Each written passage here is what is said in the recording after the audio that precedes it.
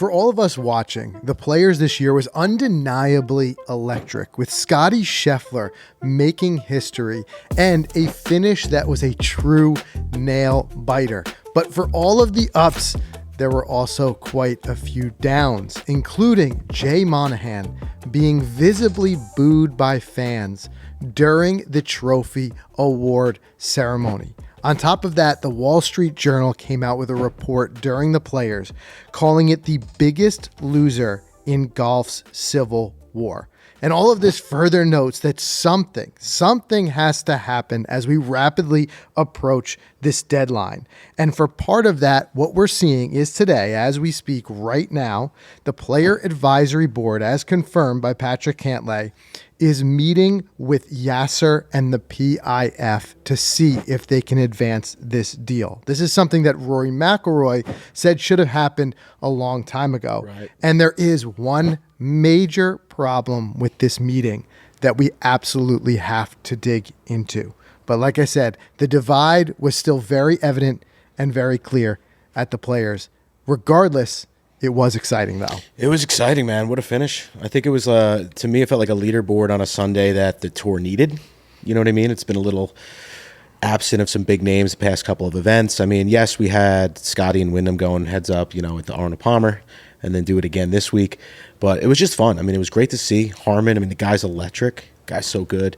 Yeah. For a guy who just reemerged like Wyndham Clark. So, I don't know, fun Sunday, man. And what Wyndham did and that putt that was just lipping out, there's no denying for any of us, like I said, who tuned into it, there was all that excitement. There was the big names. But, and this is where I want you guys to weigh in the comments too. Was it big enough? There was a lot of big names, of course. There was.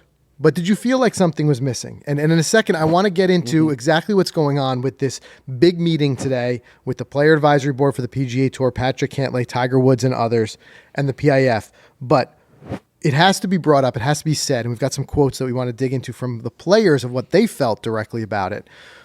But that report again from the Wall Street Journal, basically what they said, they labeled the Players as the tournament that became the biggest loser in golf's civil war. And largely the reasoning behind this is, as many of people have through the years labeled this the fifth major. Right. If you want to put it in that bubble, in that classification, it now becomes the only quote unquote major that doesn't have a combined field with LIV. Right. The nature of the Players being the PGA Tour's event. And as the PGA Tour maintains its ban and its suspension of players who defected to LIV, it is now in that category of 5 events, the only event that is lacking those players. And basically what they said was the Players Championship has an awkward problem. It's missing a bunch of the world's best players. Yeah. So, I mean, to that point, although it felt great Sunday, you had 3 major winners going down the stretch for the win, right? So that felt great. But yes, you would have easily saw Cam Smith in there. It did feel weird without them. There's guys that are on LIV that absolutely tear up Sawgrass. They're fun to watch at Sawgrass, like Cam. Guys like DJ, people like that. Would have been cool to see, but yeah, you're right. It did have that eerie feel that there are a lot of names still missing off the leaderboard. There were times on the weekend where on the right side of the TV screen, there was a long leaderboard. You don't really see this, but it was like 25 names, and you just did not see any of them. That was the eerie part. Well, that's what I'm going to ask you guys too. Did you, as you were watching this, and drop this in the comments, did you feel like it was a strong enough field, or were you truly missing the names like Bryson DeChambeau, Bubba Watson, Dustin Johnson, Brooks Koepka, Jon Rahm? Was it something lacking for you without those names, and is it pulling it apart? Now, one person that we're going to talk more about because he's on the Players Advisory Board, and they caught up with him, and I got a quote from him, was Peter Malnati, and he said, and it kind of echoing that same kind of sentiment. He said, I think something needs to happen for our sport. I want to see a unified game where when we have events like the Players Championship, that we have all the best players in the world, and we're proud to call them PGA Tour members. That's what I want. I don't know how we get there, but that's what I want. So there's 2 things in there. It's even the players identifying that this is supposed to be, golf's strongest field, outside of majors, basically. And it, in a way, it wasn't. It was still it's where I'm torn. It was still undoubtedly a very, very strong field, but it's hard to make the case that it was the strongest field without certain names in it. But this is where the impasse comes in, and the thing that's having so much trouble being rectified. What does it look like if we start to bring everybody back? Is it still the PGA Tour? Because as he says in here, we're proud to call them PGA Tour members. Yeah, I saw that part. Yep. Is that his way of saying we want it, but only if it's still under the PGA Tour flag? Right. That's what it sounds like. That's the question. Yeah. Mm-hmm. So let's get into this big meeting that's happening today and what we think ultimately is wrong with it. So it had been heavily speculated. And I think the good thing about having the players this week and earlier on in the year in March is that you're going to have all the best, these big names who are on the PGA Tour Player Advisory Board who are going to be in front of the press and they're going to be asked the questions. So just to recap too, for anybody who's not, aware of it, who's on that board, right? I was shocked by the list. Right. So Malnati's like a random name for that list. And I think a lot of it, I don't know exactly what goes into getting on there, but I think it's also like who's willing to put the time in. To do it, right. There's a lot of time that's involved, time commitments and things like that. But the board members as it stands, and these are the guys who, according to this, and this is largely done still in a lot of secrecy. So the meeting is being held today at they're calling it an undisclosed residence in Ponte Vedra Beach. So it's right by the players, but where? I know. I think about the movie Analyze This when all the organized crime bosses met in this warehouse and it was like this whole thing where no one knew where it was going on. Yeah. That's what it seems like. It feels like that. And I understand why they don't want to be swarmed with press. Of course. But of course.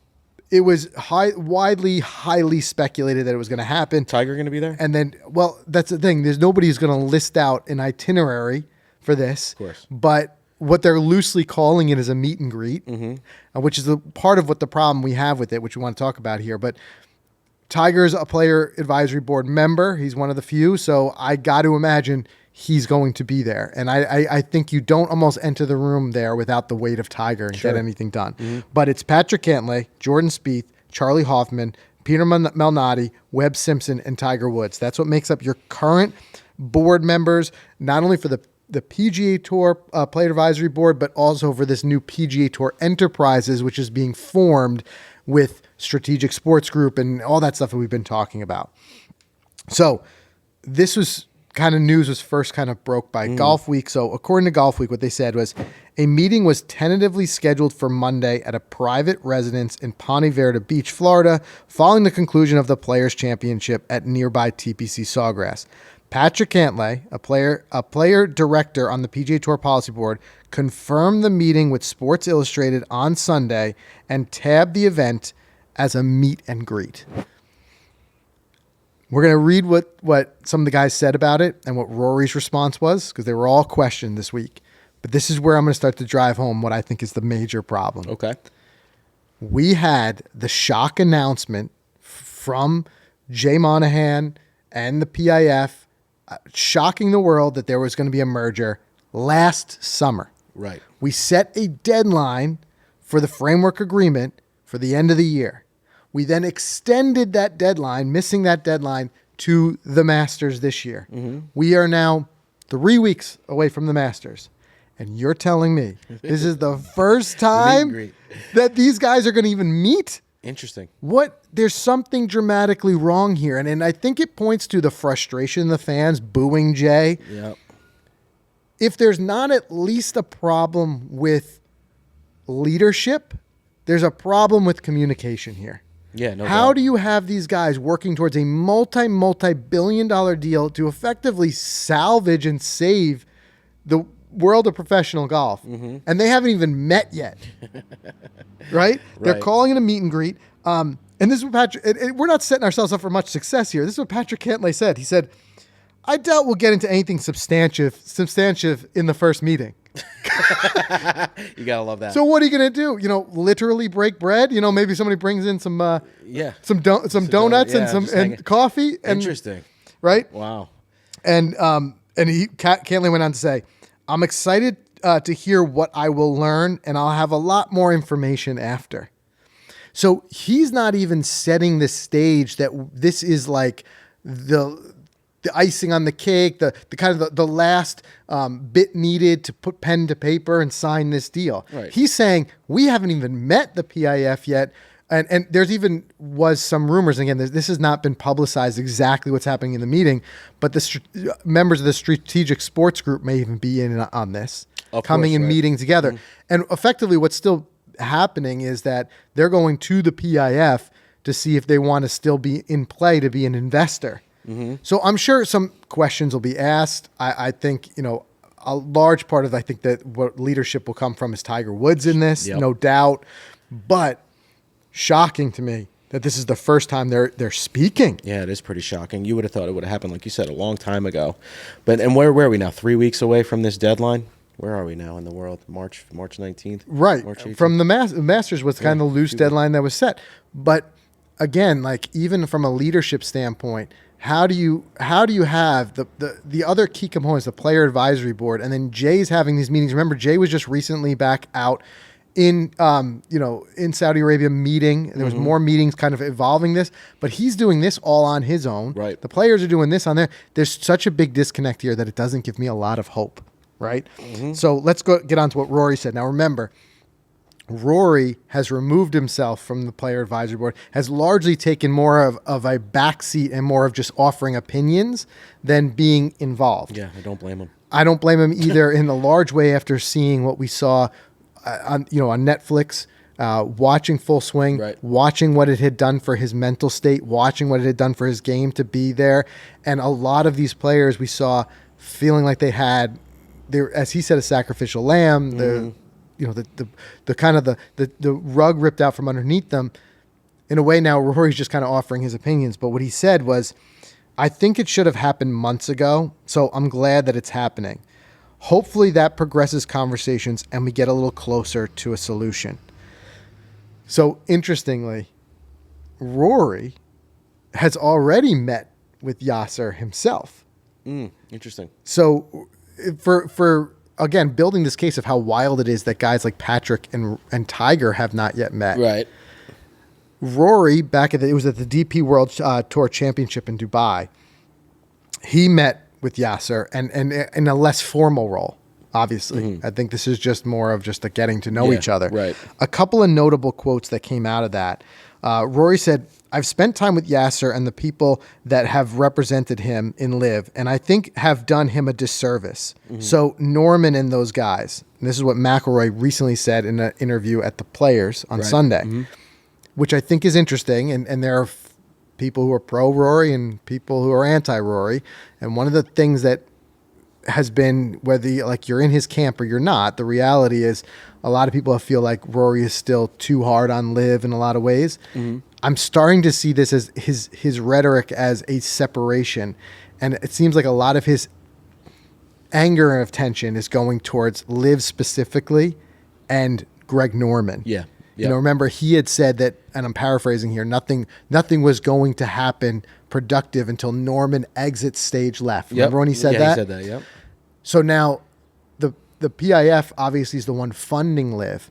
He's now indicating a feeling that LIV is doing a disservice to the ultimate goals of the PIF and their involvement in golf in the way that they're handling things.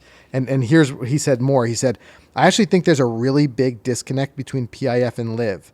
I think you got PIF over here and LIV are sort of over here doing their own thing. So the closer that we can get to Yasser, PIF, and hopefully finalize the investment, I think we'll be doing. I think that will be a really good thing. So Rory is kind of like saying the negotiations are not with LIV now; they're with the PIF.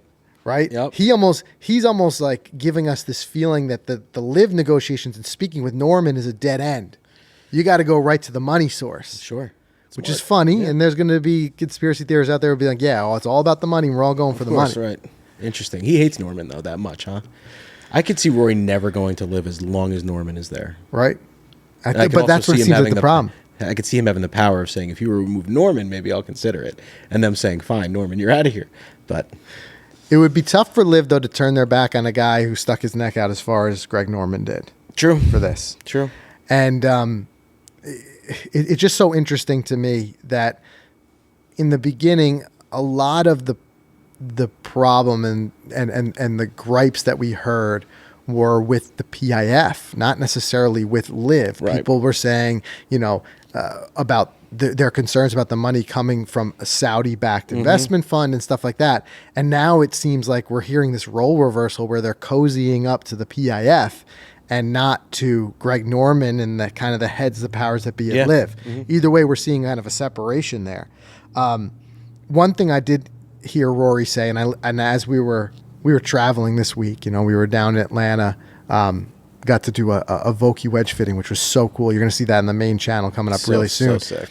But the one morning of the Players, Thursday morning, and I'm sitting there watching Rory's whole interview, and he said something that I thought was interesting.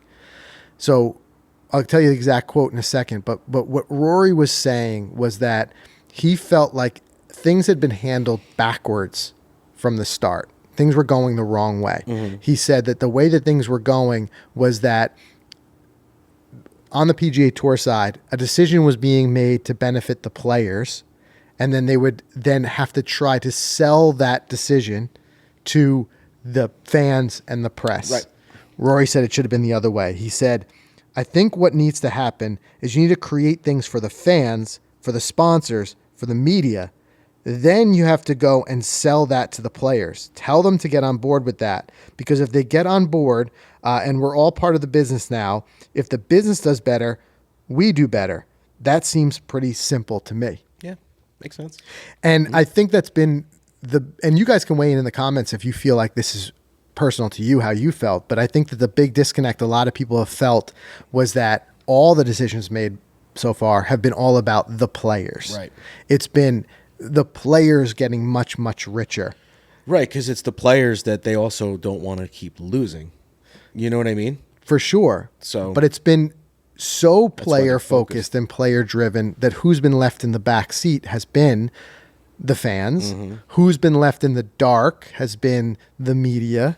And then players complain that the media has these, kind of scathing reports and opinions. But to a certain extent, they've been so left with poor communication and in the dark. Where do you expect the headlines to go? Right? Yeah, I mean, I'm curious, like, are golf fans really angry? Are they really upset? Because at the end of the day, you can watch all these guys still, right? But, like, you could still watch them in the majors. The majors are still fun. They're exciting. Obviously, the players were still exciting. I know it's a different taste because not everyone was there. But come Augusta, when everyone, or Brooks and Rahm and Phil and Tiger even are all on the field, we're going to have happy fans. You know what I mean? Well, I think there's a wide spectrum of emotions in the fans. You're going to have some people, and we see it. We see it in the comments. People who are angry, no doubt. I think that's a small portion of the pie. What I'm more worried about are the fans who are disenchanted. They're not necessarily mad, but maybe they don't tune in this week. Yeah. I don't want to get to a situation where we tune in 4 times a year. Right. That's the concern. I think where they need to start to fix this whole thing is and realize for as much as they've made it money focused and where's this guy going, where's that guy going, the ones who've been hurt by it are the fans. The ones who've been left in the dark, the ones who've been left behind are the fans in a lot of ways. Yeah.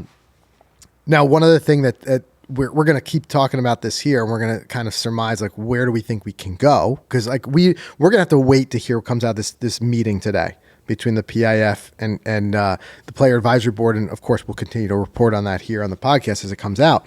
But in the meantime, all we can do is kind of think, like, where are we headed? Because the other big question that was asked of Rory, it was asked of Jay Monahan. In fact, there's a clip from the press conference at the Players. Jay seemingly like trying to plead his case of what's been done so far and trying to say, like, we're making progress, but it's going to be a slow grind. But, like, where do we go? And the one question that kept coming up was this idea that both Rory had brought up and then Jay was kind of supporting, was this idea of a smaller, more worldwide type of tour of the best players. And the questions that immediately came up was people saying, like, it feels like you're leaving out the opportunities for guys to come up, all that stuff. We talked about this last week on the podcast saying, wow, it's sounding more and more like LIV, which is a smaller field event, big names, international events. whatever it may be. So Rory was pressed in the conference on this idea of, are you leaving out the up-and-comers by doing this? Yeah. By having his idea was a PGA Tour, 100 guys maybe have their card, and every year 20 are relegated in and out, and you get guys, a little bit of churn there. But Rory said something interesting, and I kind of wondered who this might be a quiet shot at. And he said, I'm all for giving the young guys opportunities. Like, I think there should be more opportunities for PGA Tour U. I think there should be more opportunities for the Korn Ferry guys. It's the guys that get on tour, get comfortable, and don't really, and here he's kind of surmising they don't really do much. He said, that's where I think the tour could do a better job of bringing the new talent in and sort of these steady pipelines. And it made me wonder, like, who's he talking about, right? Do you feel like there are guys who get on tour and just get comfortable and complacent? And that's a tough one. That's a tough one. Because you got to the ultimate graceland. Now you know you have to perform still to eat, right? Right. I don't know. And I think what's given us such unique insight into this has been Full Swing. Mm-hmm. I'll give you a great example. Let's take Joel Damon for a second. He was the first guy I was thinking of. Would you, and now maybe if you were a casual observer, you may think he seemed like a guy last year who was out there and just complacent and going through the motions. Right. But what Full Swing unlocked, and I don't want to spoil this for anybody, so maybe I'll try not to give too many spoilers here. Sure. You have to watch the Joel Damon episode. But what we got a further insight into was the internal turmoil that was really happening. So where it may seem, without being in his head, like he's just complacent, Yep. the reality is he was dealing with some demons there. Sure. Yeah. Right? And I think that you may get a lot of that on tour. And we even saw like guys like the other episode they did on Kim, and he's talking about how like it felt like you made it once you got to the PGA Tour, but then when he got there, he realized this was just the start. Exactly. Right. So I would find it hard to believe, and maybe there are guys out there, and you guys could say in the comments if you think there are a couple of names out there who maybe are just complacent. I'd say later on in career guys, maybe. Like I know Charlie Hoffman, he's on that list, the advisory board, but like there's a guy out there just playing in a couple events. Yeah, but we got the insight at the Waste Management. Again, we don't see it. He's aging. He's having trouble in some ways competing with somebody. But they talked about how, even at his age, how hard he pushes himself to still, right? There's a difference between desire and ability. Sure. Sometimes you're going to lose a little bit of ability. Right. I just don't know if I think there are any guys out there. We saw Kisner jokingly talk about how he's okay with coming in fifth because it pays a lot of money. Right. Yep. Right. That might be the closest thing I can say that, but I would not label Kisner as a complacent guy. He's a competitor. Sure. He's a hard competitor. I think they all are. Mm-hmm. So I think where the flaw in Rory's thinking is that there are, and he would know better than we do. So I guess I'm tough to judge there because he's with these guys in the locker rooms week in and week out. Maybe he's hearing something we don't hear. Mm-hmm. Maybe there are guys who are just happy to collect their $100,000 each week. Right. You know what I mean? Right. And that's it. And he's saying he wants the hungry guys to come in and take their place. But I don't know if there must be more to that. I feel like. Yeah, there might be. There might be more to that. So now we're sitting in this world where now this player advisory board is meeting with the PIF. They've got a significant amount of funding that's now come in from the Strategic Sports Group, $3 billion. I think $1.5 billion of that to go towards player equity, really putting more say and money into the players' pockets. But there's still hurdles if they're going to come together. And like I said, casualties like we saw of the Players Championship. One big hurdle of that has been this continued idea of if you were to bring them back, what do you do with all the guys who took big money, went to live? Are they now penalized money to come back? Or on the other side, is part of this big funding now to pay out all the guys on tour who didn't leave?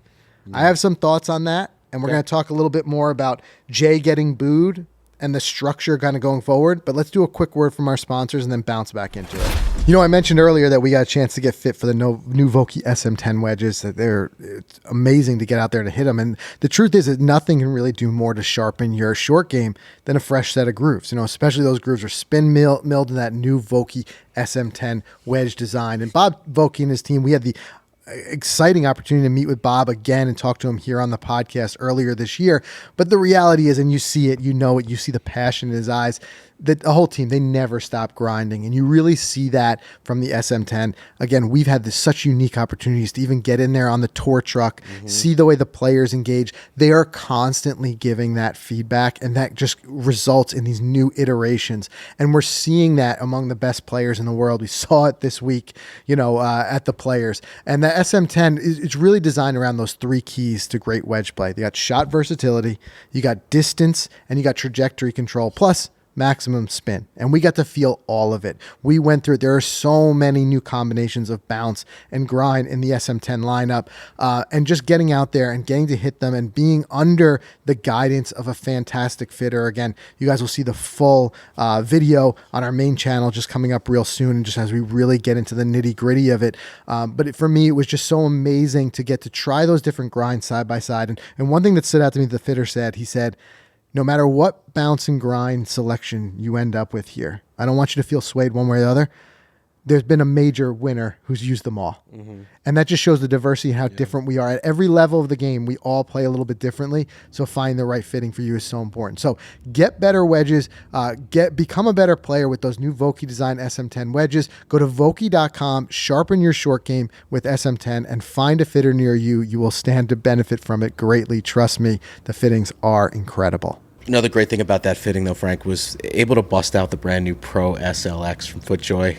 Got them a couple weeks ago and just didn't have the opportunity yet because it's still cold up here. But I broke them out for the fitting. And if you haven't seen them, the new Pro SLX, they're engineered with this power track system, this innovative 3D X wing on the bottom heel of it. It's super cool. It's designed for that swing stability. You know, we always talking about stability into the ground, optimized traction, and no matter what conditions you play in. Sometimes it's sloppy out there, firm ground, all different kinds of grasses. We experienced different grass down in Georgia. There was all different types of terrains. And the best part is that X wing on the bottom. It's just unique. It's cool. But what it does, I'm going to tell you what it does. It manages lateral and upper movement. I mean, FootJoy, the team there, they think of everything, and they get you in traction, comfort. And you know what's cool about it too? The colorways. There's so many different colorways, the blue, light blue, yellow. It's just really, they pop out there. People have been asking, where'd you get those shoes? Well, these are what they are, the all-new FootJoy Pro SLX. Go check them out. Check out the entire lineup. Just head over to FootJoy.com. Okay, so let's talk about Jay's not-so-warm reception at the Players and what that kind of meant. And like I said, earlier in the week, Jay had a press conference, and it just feels like Jay is a bit on his heels right now, trying to explain things, and he was trying to make a case. I'm going to talk about that in a second, but what happened was basically when Mike Tirico mentioned Jay's name, as was reported, the boos were loud and clear. And you heard it in that moment. And Jay tried to ignore it, tried to brush it off, not make a thing of it. He didn't respond directly to it. But I think what it speaks volumes about is that this is the PGA Tour's premier event. This is the PGA Tour's quote-unquote major, right? Yeah. Aside from the FedEx Cup playoffs, this is as big as it gets for that tour. Sure. And here you have the face, the head of that tour. And what's happening is that he's getting outright booed by fans. I feel like there's a continued concern amongst a lot of people of what that leadership looks like. And I'll paraphrase here because I don't have the quotes in front of me, but I know also earlier in the week, Rory was asked basically if, in so many words, if Jay's still a good leader. And Rory is still coming to his defense. Sure. Rory had listed all the things that Jay had done, navigating them through some really tough years recently with COVID and things like that, the changes that were made. And Jay kind of tried to defend himself. Sometimes I feel, though, like it might be, a little bit, you could sense maybe some of his own hesitation in Jay's word, like almost like trying too hard to say like what he's done. It was one thing that I thought was really interesting and like kind of rubbed me in a weird way was Jay in his press conference of listing all these things he's done. He made it a point to call out this specific story where he said that Brian Harmon ran up to him in the players' parking lot to say he hadn't gotten a chance to do it, but he wanted to specifically say to Jay how great he thought the signature events were. Why did he have to say that? Right. Yeah, Like it just feels like when you're just trying so trying, hard to convince. And I feel like what Jay really has right now, and a large part by extension of that, the PGA Tour has a communication problem. Mm-hmm. And I don't necessarily think that communication problem is the same communication problem we had with the surprise announcement of the merger, and that things are not being said. It's more so that things are being said, but maybe not heard well, because I think there's a layer of distrust. Yeah. Mm-hmm. You know, and I felt that as I'm watching this press conference with Jay, and he's going on, and I will say he's absolutely making some great points. He's talking about the challenges that they have with the schedule, and he called out what a lot of the media have been saying, like, why does the FedEx Cup run right into, NFL football and college football, and he was going through, and he was listing all of his reasoning, and if you just saw those facts on paper, you'd say, yeah, a lot of this makes a lot of sense, what they've done here. It's just, I think he's so undercut himself, which he's admitted to that he handled it wrong. Mm-hmm. He's so undercut himself with the way that he surprised players and fans out of the blue with this announcement of the merger, that I think there's just a certain degree where people just they're not ready to trust him or listen. Yeah, I could see that. And there are guys who've been vocal about it. And I love that he ousted Brian Harmon as the office suck up. Right. Right. That's funny. He called him out by name. Right? He said, Brian, Brian came not running up, but he came up to me and he said, hey, haven't had a boss. chance to say this to you, but the signature events are so great. I love the way these are playing out. Whatever it may be. Again, you guys can watch. It's on YouTube, the entire press conference where Jay goes on for about 5 straight minutes answering a question, but it's just his platform to talk about how right things really are going. But he said it's a long game, it's a long process. Other thing though that Jay said in there, and hearing him say it this way kind of pointed out just how long the PGA Tour season was. And he said, basically the tour season schedule is 31 weeks with 3 weeks in the playoffs. And that's, something we've kind of always known, but that's long. It's long. And Jay did point out how the fall season has become more poignant. It's become more of a draw with guys trying to keep their tour cards and win their way into the signature events and things like that. And it's true. It's become a little bit better. But I was looking at it, and you have the NFL, you realize, is 18 weeks plus the playoffs. Yep. The closest thing I could come up to it was baseball? Major League Baseball, which is 26 weeks. So it's 26 weeks. 26 and a half weeks, But it does make me wonder, like, how do we now rectify this with, whether it be that the PIF now comes out of this meeting and they provide some funding to the PGA Tour.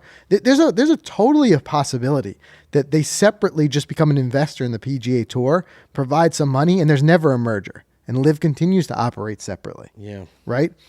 But if they do come together, now we've got a couple of schedules. So these guys don't have to play literally every single week without an off season.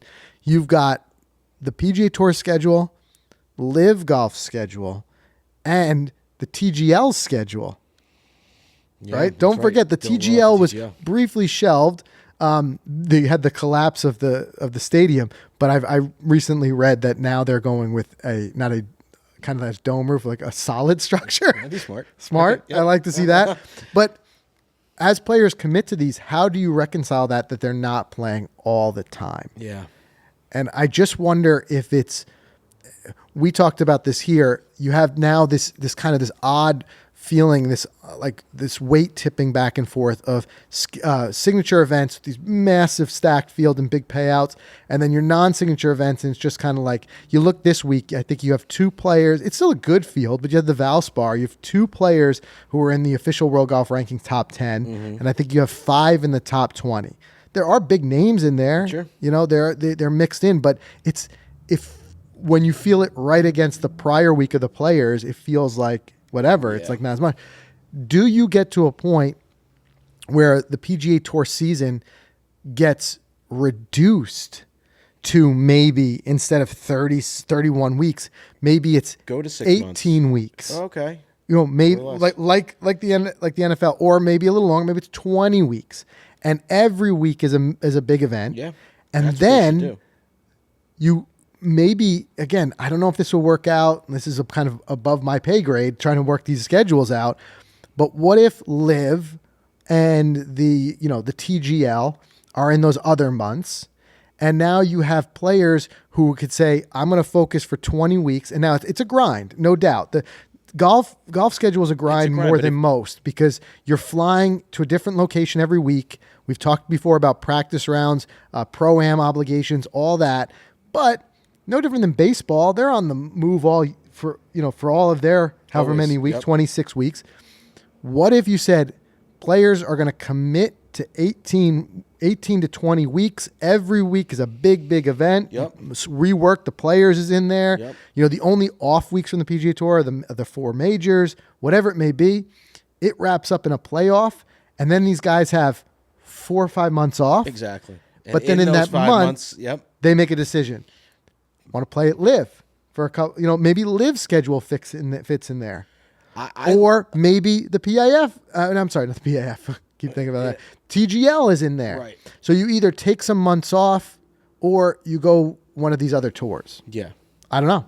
I'm right there with you. I was even going to sprinkle in the mix like the Korn Ferry Tour is playing simultaneously as the PGA Tour, but maybe after the tour ends, maybe the tour just goes post Super Bowl to right before, like end of August. So it is 6 months long. It's half the year. Now players have 6 months off. They get that off season that a lot of them want, right? But then after those 6 months during the Korn Ferry, maybe right after that, there's like a 12 to 14 week qualifying tour where all the top money winners from the Korn Ferry go on this like mini tour that when come next February, you win your tour card from that, you're on the main PGA Tour. And also during that time off, LIV just bangs out their 14 weeks. Hong Kong, here, there, and then they're off for 8 months. You know what I mean? Right. Or they are welcome back to the tour. And the majors. They'll come back for the majors. Well, the majors, but what if they merge together and they're welcome back to the tour? Maybe they don't even have to come back to the tour. Maybe But I'm thinking like guys like, let's say Koepka, who says he kind of, or Rahm, they're saying they kind of miss playing in the waste management. Yeah. What if their LIV season wraps up and now they're playing there? Now, I know there's a lot to still unpack there that would have to work out, but it just makes me wonder, a little bit more of a condensed might make it so these guys have more opportunities to do other things. Now, I like the staggering, though, of different possible tours, because one thing as a fan, I'm not necessarily ready to give up, and where we do benefit as fans with the long season is just knowing you're going to watch golf every Sunday, right? Yeah. I would kind of miss that. If there were certain Sundays there was no golf, I would kind of miss that. Like if I think it's fragmented golf, which is what confuses me. I like the idea of like PGA Tour is over.